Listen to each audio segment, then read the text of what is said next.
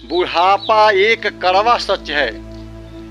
लाठी पकड़कर चलने की उम्र में अगर किसी बुजुर्ग को ठेला चलाकर अपना जीवन बिताना पड़े, इससे बड़ी सजा और क्या हो सकती है।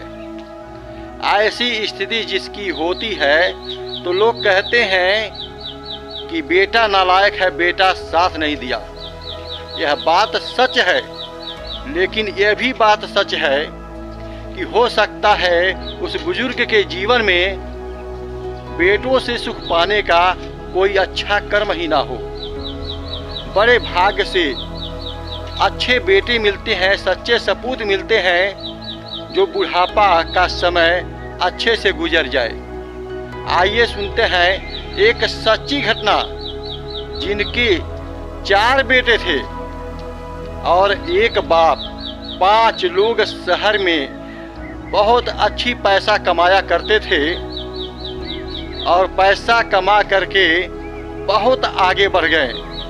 घर से लेकर शहर तक मकान बनवा लिए, जमीन ले लिए, बहुत कुछ कर लिए।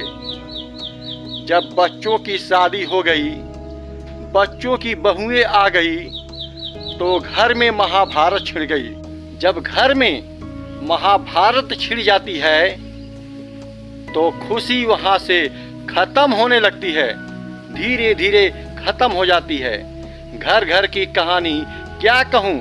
सभी के घर में जब बहुएं 1, 2, 3, 4 जितनी भी आने लगती हैं तो धीरे धीरे महाभारत शुरू हो जाता है और घर से सुख संपत्ति जाने लगता है। अब आता है बंटवारे का समय, तो बहू अपने पति को लेकर अलग हो जाती हैं। जितनी भी बहुएं हैं सभी अलग हो जाती हैं और बेटियां को जमाई लेकर चला जाता है।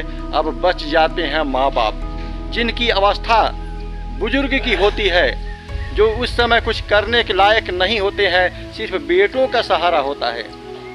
उस समय माँ बाप को बड़ा कष्ट होता है कि हम अपने सभी बच्चों को कितने कष्ट के साथ जन्म दिया और पाल पोस कर बड़ा किया और वही बच्चे बहुओं को लेकर अलग हो गए और हमारा बेड़ा पार करने वाला कोई नहीं है। ऐसी हालात में जब कोई बुजुर्ग ठेला लगाकर अपना खर्चा चलाता है तो जग में उस बेटों के लिए जग हंसाई होती है कि कैसे औलाद हो कि तुम्हारा बेटा, तुम्हारा बाप ठेला चलाकर जीवन चला रहा है।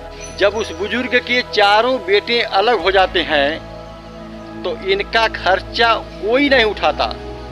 कहते हैं कि जब बड़ा खर्चा माँ बाप का नहीं उठाता है तो हम कैसे उठाएंगे, हम क्यों उठाएंगे। बाप है, सभी लोगों को जन्म दिया है तो सभी लोगों को खर्चा उठाना चाहिए। जब कोई खर्चा नहीं उठा पाता है तो है बुजुर्ग फिर दोबारा परदेश में जाकर, जिसकी उम्र 60 साल 65 साल की होती है और ठेला ढकेल कर पैसा कमाकर अपना पेट भरता है। यह कड़वा सच है मेरे दोस्तों। इस सजा को क्या कहेंगे आप। बेटे की गलती देंगे या बाप को गलती देंगे या ये कहेंगे कि कर्म ही ऐसा था।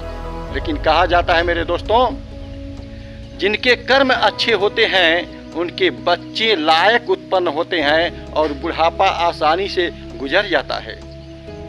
जैसा हमारा कर्म रहेगा वैसा ही हमारे जिंदगी में हमारे औलाद पैदा होंगे। अगर हमारे कर्म अच्छे हैं तो हमारे अच्छे औलाद पैदा होंगे और हमको सुख सुविधा देंगे और बुढ़ापा का निस्तार हो जाएगा।